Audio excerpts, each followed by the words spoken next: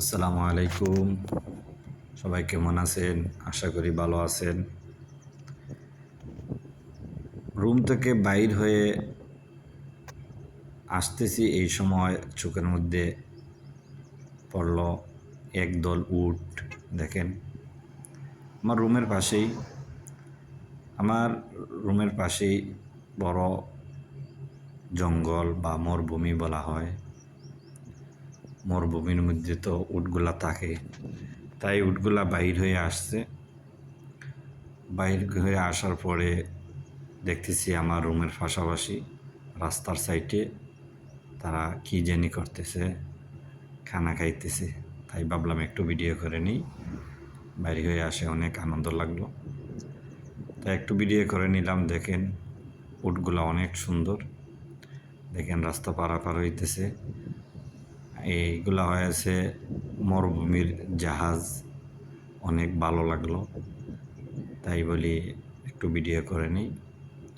দেখেন, এগুলা একসাথে অনেকটি চলাফেরা করে একটা দলবদ্ধভাবে। এগুলা হলো মরুভূমির জাহাজ। কোরআন হাদিসের মধ্যে মরুভূমির জাহাজ নামে আখ্যায়িত করা হয়েছে। অনেক সুন্দর, অনেক ভালো। তাই তারা আরবির বলে এইটা একটি খাসরার ডাম, এটা বলদিয়া বলে।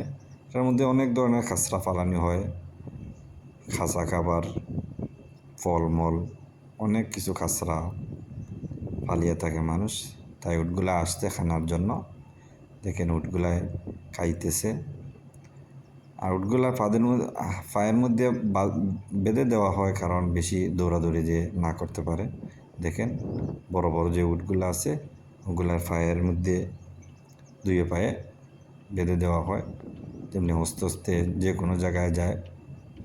এরিয়ার ভিতরেই থাকে, অনেক দূরে যাইতে পারে না।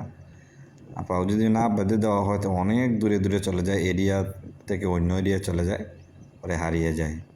এই জন্য দুনো পায়ের মধ্যে বেঁধে দেওয়া হয়। অনেক সুন্দর।